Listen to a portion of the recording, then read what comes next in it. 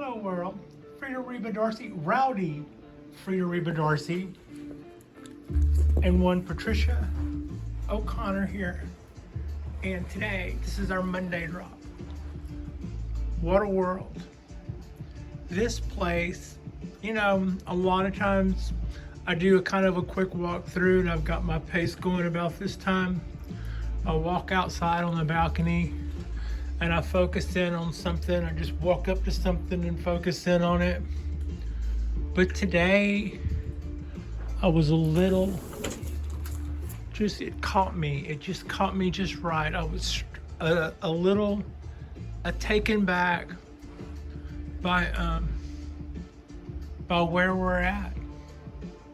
So rather than just run out there and start doing something, I just thought I'd take a minute to just, you know, well, one, I don't always get this view of my really tall literati ponderosa. I don't get to see this view of it that often. And the Dawn Redwood that we started off the week working on looks a lot better.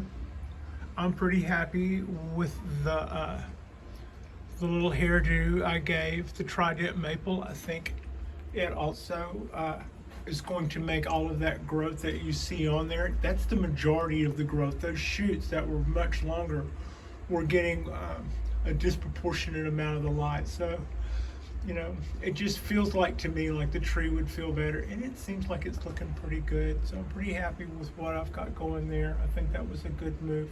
Cutting those shoots back on this Chinese wisteria sinensis. I think that was also a good move. And to that end, I also gave it a little spritz down with some neem, which I also did on whatever that is. I got that at Lowe's, just based on those guys right there. Those are also growing in the apartment. They're bigger and they're red colored, but I thought I call that a Van Gogh yellow. I just thought those little fuzzy flowers were pretty, and that's why I have those. And those are those pretty flowers there. I saw them on sale at the end of the year in little seed packets and just grabbed a fistful, didn't even read them, just dumped them out in the little planter buckets to see what happens. And that's what happens. We might be coming up for another round of that come fall. Anyway, that's a little side note. But this is the ponderosa. I do have a little observation about it. The side that we're looking at now, if we were to say this side of the tree, this would be the side of the tree that faces west for almost all of the time that the tree has been here up until yesterday when I turned it around facing inside. There might have been 1 or 2 days where I think there were 1 or 2 days when I had there. That's my coffee, by the way. And that's the boss. Okay, here, come here. There you go. So, I had noticed at one time before that some of this smaller stuff down here that look weaker, this, for instance, this little branch is being overshadowed by the other stuff. So during the nicer parts of the day, it is the kind of thing that pine trees will pitch off because they're getting robbed of light and it won't invest interest in them. But what it is getting is that setting sun. And it looks to me like maybe those sides, those parts of the tree, that's what they predominantly get. Some of this is old needles, so it doesn't count. But I am noticed what seems like to me a disproportionate amount of west side bleaching or something. I had noticed this before on quite a few of my other trees. It's like if I'm counting on sunset and being part of their time to get good light, they will typically suffer from the exposure to that light. That was something I learned on the trident maple. Having it where it is before I put up the overhead lights a lot of times it was getting in shadow by the trees to the left of it as the sun went this way. So what it was getting was it was making up for it by being slanted and me having it all the way out there on the end to where it kind of hung over a little like the Ponderosa did. And what I immediately noticed was the stuff that got that evening sun, and I would, that is actually kind of a common known thing. I just had to learn it the hard way. Burns them. And I wouldn't have expected that on the Ponderosa, but I did see a bonsai grower walking into his garden and showing a tree, and that was really exquisite. And it was also a collected tree, and he was talking about how it was having some trouble in Washington up there where the garden was, and he was a little surprised that the afternoon sun was burning that collected tree when that it would have been from a very rugged environment. So I'm kind of wondering about that. I know where it is right now is a really good location. The tops here are in prime real estate for what these lights put out. This is like the key part when it comes to intensity, and since they like full-on sun anyway.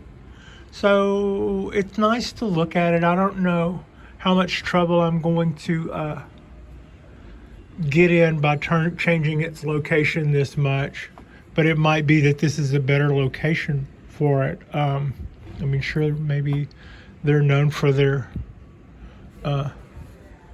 southern locations, but maybe that is just because that's what usually affords good lighting for them, which is what it's certainly getting now. Those were a lot of little, you can see all those little things on the ground. Those were all the little pollen pods, and if I so much as touched them, they would fall off. They were probably had been ready to fall off for quite some time, and like that one was just trapped by needles. Hopefully I didn't bend up any needles. So I'm kind of liking, I guess what I'm saying is I'm kind of liking seeing the Ponderosa here, and I'm just to me this is like bonsai porn, just looking at all of that bark and all of the way that's all structured in there. It's just so neat to look at. I'll be glad to see that all of this stuff now is going to be able to get some light, because it did have those little pollen pods or whatever they're called. They were just clustered around there thick, all kind of clustered together, I guess like that. And once those got knocked off, all of this other stuff was underneath, not getting any light.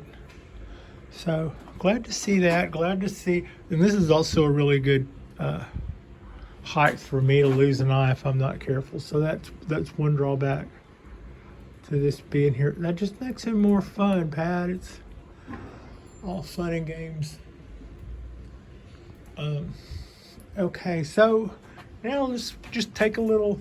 I'm really happy with everything we have done so far. Those 3 trees there that have gotten a little bit of prune back look to me to be happier and better off for it. I don't know why I see these tips looking like that though.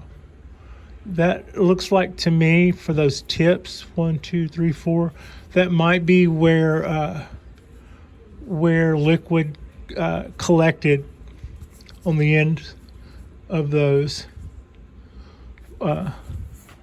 from where I spritzed it with neem, and then that would have reflected light. That might be actually burned from neem. Other than that, I can't think of what that would be. That just came up. I don't know if you can see that on the camera or not. They look overall fine, just those tips.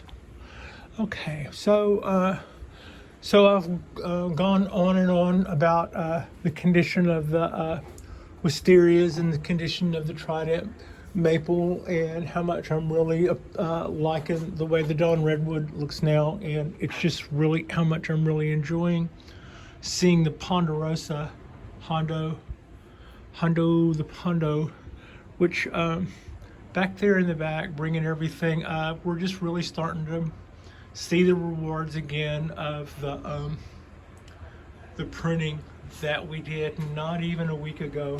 It's already starting to counter that move with more little sprouts and stuff on the cork bark oak. So pretty glad to see that. Looking here at the bald cypresses, they are just looking like a little shady oasis in the middle of my patio. I think the top here on this guy I don't know, it may have sensed, there you can see it, it may have sensed the diminishing return and tried to slow down a little bit. It's growing past the light. The problem with that is all of this stuff is still gonna wanna get closer to the light. So as it moves up, that little top there, it's just gonna move right on past. So what it will probably try to do then is start going that way, because it will get more sun from the ambient outside than it's getting from the light that it's taller than. So yeah, but other than that, I don't really know how that hurts me either. The top is looking otherwise. This is the one little top that we've let go unfeathered. One thing I did do recently is this little limb here was growing over there into the oak and the pine tree, so I went ahead and gave it a little clip back. It was also getting disproportionately, you see how fat that is and how fat that is, and then this gets a little weird, and then this got way weird because it was doing real well. So clipping it back, it'll probably be something that maybe it'll vibricate out and we can continue to use it, but I didn't want it going in and messing with the other trees. I don't like my trees touching if I can help it. It probably doesn't kill them, but if one gets something, then that's just how you spread that around. So maybe that's a thing. Maybe that's just me being weird, but I think that would be a thing. So the cypress trees have just got this, oh yeah, they've just got this coolness about them.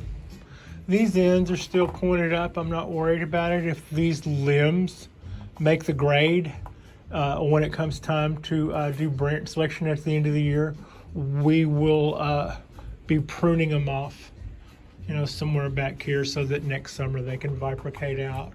But the new leader, this is the biggest, this is our centerpiece here of the bald cypresses.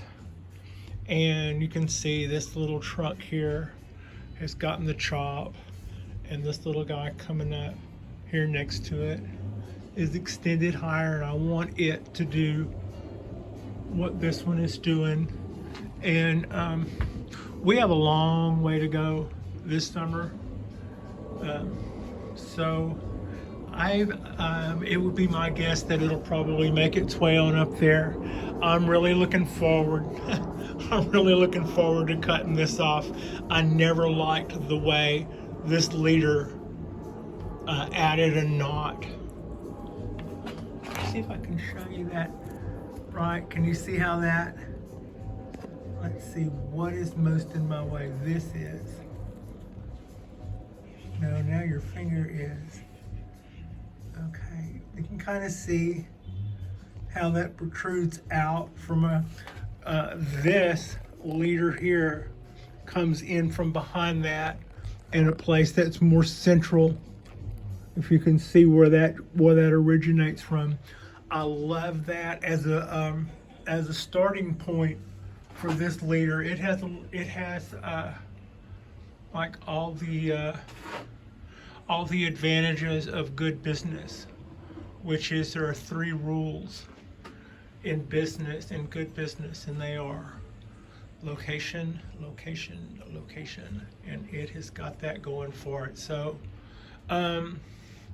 come fall, we'll give this an angle cut in a place that's kind of awkward for me to show you right now. On the top edge of this going down this way, cutting as much of that protruding part out as possible. Allow that to heal as this grows out, and that will probably, hopefully, clean all of that up quite a bit. So at least that's what I'm. It's not like I have all control or something. It might do something.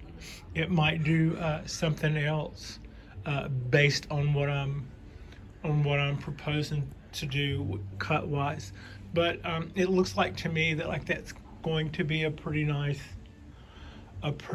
line for the cypress trees, and I'm pretty much happy with that. What do you think? Are you pretty much happy with that? Yeah, you are. Okay, all right. You're not even. Yeah, okay. Pretty even. Yes. Sorry. Flag on the play. The Japanese black pines. 1, 2, 3. I have 4 Japanese black pines. This one started by Jonas at Bonsai Tonight, 17 years old from seed. It's doing very well. It is my challenge and goal to keep this thing happy and healthy and looking on point. This is and it's doing that. We should add it's doing that. Next to it is a 75-year-old Japanese cork bark black pine. Those are rare. I don't think they know exactly what it is that causes the cork bark to do this. It's like an ailment that they get or a mutation that they get to try to counter something they get when they're young, and it's like 1 in 1,000. And you couldn't really have a cork bark crop, so to speak, because pines don't really do well from clones. I've heard of somebody trying to clone 100 of these, and they say they got one.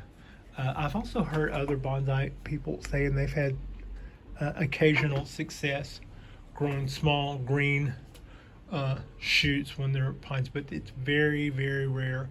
It wouldn't be something that you would do and try to bank on something important hinging on success, because it absolutely wouldn't be a given. But this one took ill last year. I started noticing it getting a little yellow, and I was concerned about it. I showed some people, but they weren't used to seeing the tree as much as I was, and they said, no, it looks to be fine. And it was right after that. It took a hard and fast dive. And so finally I did a repot. It wasn't time for a repot. It was time for a repot because we still didn't know what was going on, and it was like, well, move it or lose it. So we took it out of the pot and saw that we were having some drainage issues. We also saw that we may have had some sort of pestilence, because our needles damage that we were seeing did sort of line up with that. And also we were seeing that with pine trees on the property. So it was at that time I started using a systemic treatment, and I used it on this tree, my cork bark, which was also having an issue, and my coastal oak, which was also having an issue.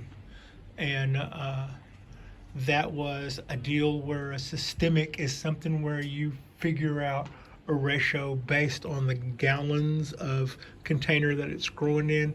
You add a liquid, teaspoons or tablespoons, as per how many gallons your container is, to a gallon of water, and then water that through the tree. The roots pick that up, and it will hopefully kill whatever the hell is trying to kill your tree. So that's kind of what I did there. You will hear a lot of people kind of discourage the use of that a lot, but I think in the end there's probably more people big leaguers than you know probably at least do this twice a year, like maybe spring and maybe in the hottest part of the slowest part of the summer when shenanigans are most likely to occur those 2 times a year. So otherwise, the biggest help in trying to prevent something like what this tree and this tree went through, they always say is vigor and health will go a lot farther towards keeping your trees happy than running chemicals through them to try to kill what's killing them. So that's what's going on there. Yes to the systemic. Yes, I think that it's probably I'm going to be one of those people who who does do this twice a year, like I just mentioned. And other than that, I tend to like things that are more organic than chemical in nature, like my fertilizers and stuff. But what I went through, like for instance, okay, so maybe I'm the kind of person that would overwater. Maybe at the end of the day, I weakened the tree and that I was part of, or maybe it had nothing to do with me. This oak, this oak was as strong as an ox and was getting absolutely everything it wanted from me, and it got it to the point to where I lost like huge limbs to die back, and it was like this was alive the next day. There's a black spot from here to here, and you can either cut that off today or that black spot would go all the way back down. So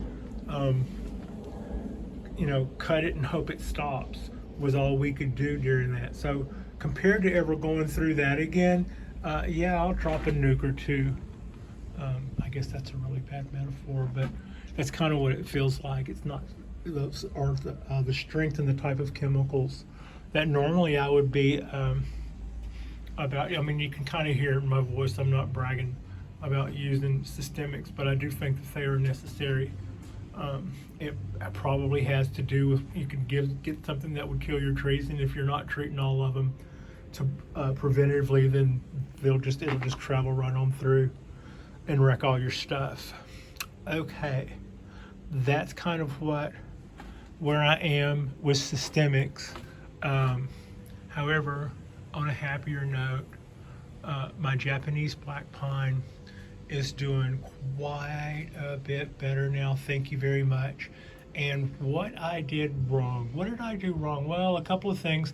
I was dragging my feet a little on a feeding program. Prior to that, I had some EB Stone organic fish emulsion based, powdery, crunchy, kind of looked like maybe it had fish scales in it because it glittered, smelled like a bad day at the beach, and I was concerned about that with my neighbors. So I did it. I used it sparingly, but not much, not enough that I would worry about ever overfeeding anything, and I probably didn't do it at the right times of year. It was kind of on the back burner of something that I needed to learn more about, and it would have been a good time to have done that. But instead, I was kind of taking a break from the pat on the back I had just given myself for figuring out how to keep a couple of trees alive. So I could have been more proactive about that. I could have been more proactive about the systemic pest controls. That would have saved off a lot of troubles. I believe the oaks and maybe this tree too, what I did see was bore holes in the actual tree. They look like bullet holes where something had got us, and you just really, once it gets in there, when you see those holes, it's not like you're gonna go chasing in there with some kind of spray and kill a beetle in there. That's the exit wound. It's already wrecked stuff and left.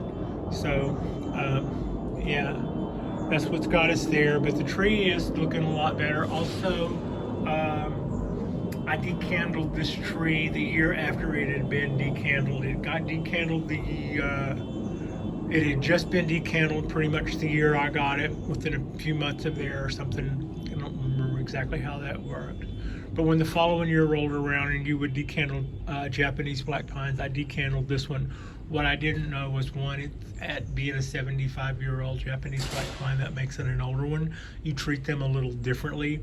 If they're cork bark, they're a little bit more fragile. I did not know that. Also, because of that, decandling every year on a cork bark Japanese black pine, it's not something you do. You do it every other year, or do that based on as per the health of the tree. You definitely skip. You definitely do not do it every year. And I felt guilty for some of the other things that I didn't think I had done in a timely manner, and made sure that I did probably the worst thing I could have done, which was go in there and just I decandled it like I thought I was supposed to. So that's what's going on there. The tree did survive me. We are going to be a minute looking our best again, but from all indications, I think there's no reason. Well, there are plenty of reasons we could stop getting better, but right now the tree is getting better and it's doing better. Also, when I did the emergency repot, I don't believe in actual emergency repots, but whenever I did the repot to try to cut back or cut away or see what the heck was killing our tree, I didn't match the angle like it had been before. The angle was much better the way it had been before. And as soon as I got done with the repot, I backed up and looked at it and went, "Oh, Pat, you need to fix that angle." And then I thought, that's the least of your worries. You're probably gonna, I was literally thinking that I was likely gonna lose this tree at the time. And so I just I noticed that and thought to myself, that's the least of your problems. Leave it alone. Don't dig it back out of the pot and try to do it again, although that would have been the time. Right then, when you back off and look and see your tree and you go, oops, that's the time to go in and fix that. Except that I didn't repot this tree because it was time for a repot. I repotted this tree because we had some root issues, and the longer we went on without knowing what was up, the worse it got. So that's a little different than an emergency repot. Emergency repot is when you think that it's not draining right, and so you're just going to repot it out of season. In most cases, in an emergency repot situation, a lot of old-time growers will tell me it's better to deal with your watering situation. Water slower, water more thoroughly. Don't water as often. Just whatever you have to do to be on top of that. Limp along until it's time to repot, if that's all your issue is. There are other ways to get around those, but that's not today's video. Japanese black pine, number 3. This was a box tree from Brussels Bonsai in the United States here. It was probably an import from Japan or China. I think also India imports a lot of trees, even though this one is said to be, even though this one is a Japanese black pine, that doesn't necessarily mean it came from Japan, but it is likely that it came from some distance like that, because when you get these by the hundreds or by the thousands, like this one would have been, they predominantly come from those couple of locations. Just in our last video, we watched as I wrestled a saw. The chop I did on this tree was actually more labor intensive and more klutzy and tougher cut to make than the wedge cut I put in this cypress. I used a bigger saw on that one, but I used a sharp saw on this one. That, as promised, that's the cut paste as applied I cut it I was on this side when I cut it, and I lined the cut up there, and I thought I was doing great, but what I was actually doing was I was getting into over here and making my cut a lot longer. So I got as far away as into here. This will all bark over. in time. The tree is just at the age where it's starting to plate up a little. But that is our cut, and that is our end results. And I give you Simply P. This was pigpen and or potato, and then sweet potato, and then sweet pea, and then we did our chop, giving this tree a direction, and utilizing its base and this structure to its fullest. And I think the tree is off in a good direction now, and I can definitely see the trunk I would like this to be. I think this probably needs to come around, but this is enough for now. We have a minute.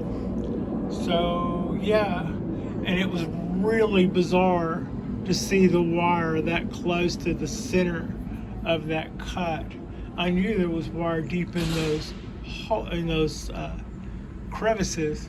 What I didn't know was, well, you can see where somebody else had done a similar chop before me. There it is, right there.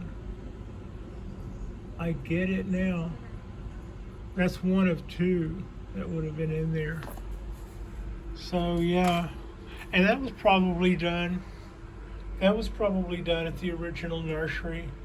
They'll start a whole bunch of seedlings or a whole bunch, and they'll all be in trays, and they'll all be just like little tops coming up, and they'll just put wire. Okay, now do that 1,000 times. So the first couple of years, the little pine trees will all pretty much look exactly alike. I mean, if you do this, they'll do that. So if you do this 1,000 times, 995 out of 1,000 times, they'll do this. So you end up with a whole bunch of trees that look exactly alike. It's kind of like the mill treatment of how to get living things. But at some point, the tree was grown and cultivated so as to give somebody, whoever bought the tree, the most choices possible.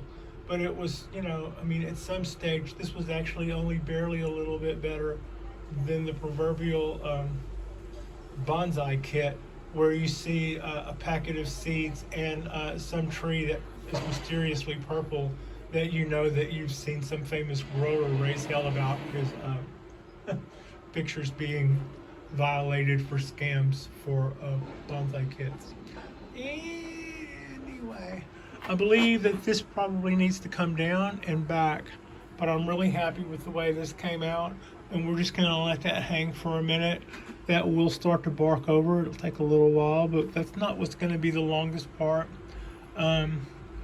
Just making our little tree from here is the longest part, but at least now we should at least know what to be working on. That takes us to the oak next to it. That's our coastal, and our coastal has been getting a few prune backs this summer because it's been making new branches and new choices. We have almost got this guy back to a shape that's very workable. I'm really happy with a lot of these choices. Some of the things that we have got going now can get cut back before they start getting too crazy, and we can get a little bit more bifurcation. You can kind of see maybe there, you can see there's a long distance between there and there. So that'd be a good place to cut that off and see if we get two out of that. And then all these little salmon or purple, red looking shoots, this is all new growth. We've got more of that to look at on the back side of the tree too. What is that? That's an odd color. It's probably okay. Maybe it got dry, I don't know. Anyway, the coastal oak is looking really nice. It got a good watering yesterday. It's not dried yet, but the top of it's drying out a lot. I have to watch it. Little shoots like this. Oaks are heavy early. They get thick and heavy early. Even the leaves, they're not going to wilt or do anything early. But at this stage in the game, if the tree gets dry, you'll see that just go completely limp. And then if you're on top of that, you see that happening and you water it. Look at it 30 minutes later, and it's like that water is hydraulics. It'll just go right back. So zoom in on the Honka trunk cam. It's the Honka trunk cam, and their hollow feature there, and that oak. It will be comparable to the tree that I got 2 years ago, and probably about another year or so. It's just fanning right out, and just, you know, it's not the hardest tree to get to ramify. It will do what you think it's going to do. Some of this stuff is getting a little long, so it could be cut back and giving us more choices. I would do better to cut this stuff off sooner so that it can make 2 choices rather than let it grow out to a length that we would like the tree. If we can get this length out here, but we get that by making 2s and 4s and 6s and 8s, that's a lot more pleasing than some overly fat shoots that elongate out to what we think a desirable proportionate canopy is. So yeah, we're already getting the speed of production out of this tree that if we wanted to do some sort of horticultural comb over, that we probably could, but we're a couple of years away. Not too many. It'll just get better and better from here on out, so I don't really mind. I don't really mind doing this the right way at all. And it doesn't either. It's doing great, to coin a phrase. So I guess I'll drop down and look at our Kodaheim forest. This is our 18 tree Kodaheim forest. I did figure out where the 18th tree came from. I was having trouble with my numbers. I knew I had planted 19. I knew I'd lost a couple. So why did I have 18? Well, one reason is, I don't know if I'm showing it to you. I think I am. There's a little bitty one down there. That one was a free tree. We didn't start with that one. The forest made that one since we got started. Either that or it was clumped in to where it looked like a secondary branch. And since then I didn't do that. It's done that on its own, but that is a second tree. Anyway, this is Kodaheim maples in a Japanese Tokuhama pot. And it's an oval, and I've had it going for a couple of years now. Kind of wish I could rotate that, but I don't really need to have too much of a clumsy moment with it. But it's doing really well. We've had some off and on years with this guy, but by and large, the trees themselves are starting to establish their own little hierarchy and dominance, and they're starting to get their own little bits of shape to them. Some of my mistakes even I've seemed to be making reward out of. Allow things to erode away from the nubari, or the base root structure of the tree, because I didn't know how to make muck when I started this, or even know what muck was. And what is that's giving me is those exposed roots are just getting thick and making bases and kind of looking gnarly, but sort of at the same time natural. And I'm going, wow, yeah, more of that. It probably wouldn't have worked if I'd have tried to plan that, but I'm not hating it. I'm thinking that's all pretty cool. So this is also tricky to water without getting water all over the foliage, and I have to watch this guy with getting water on the foliage. This area, this part of California, everything gets tempted with powdery mildew. Really got to watch that. Those needles, I have needles everywhere. It's from plucking this. They're everywhere, I tell you. I don't know if you can see that.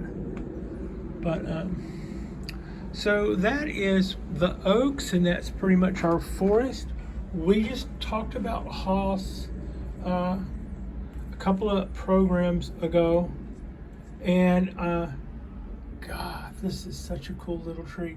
A quick look at our little collected oak. This one was collected from the yard here. I'm not so sure whether it's going to stay or go, but it is consuming the water that we're giving it.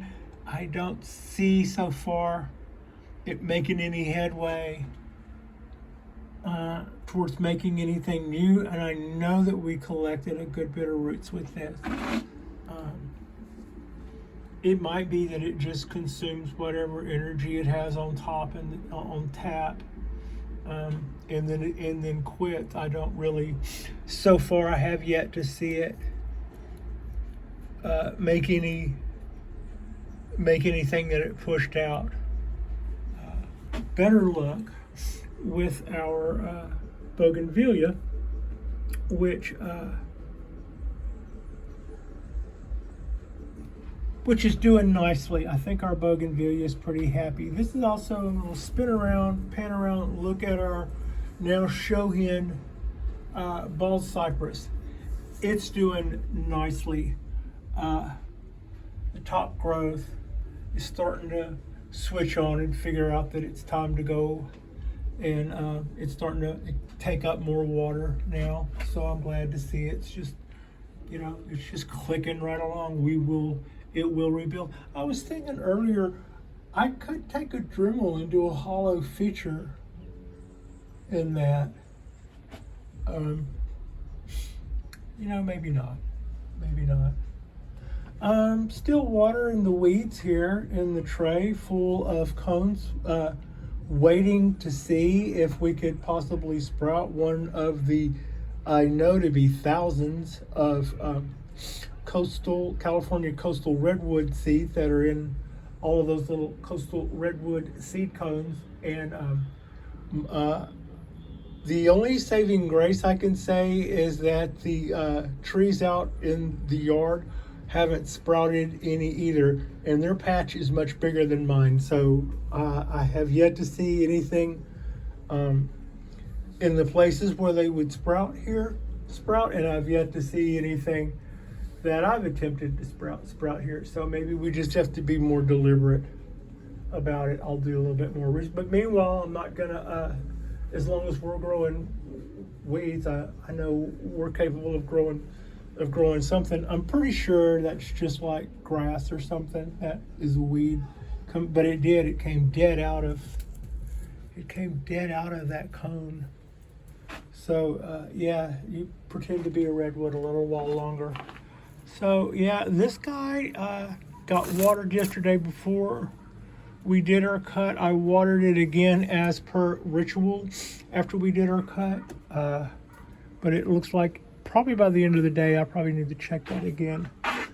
That is pretty much a catch up with everybody. I'm enjoying this. If I'm not careful, I'm going to poke an eye out. That is one concern. You can't just, be the clumsiest girl on the planet. You got to get up every day, trip over 1 foot on the floor at a time, and earn that. So yeah, like and subscribe if you have not already. I appreciate you. Frida appreciates you.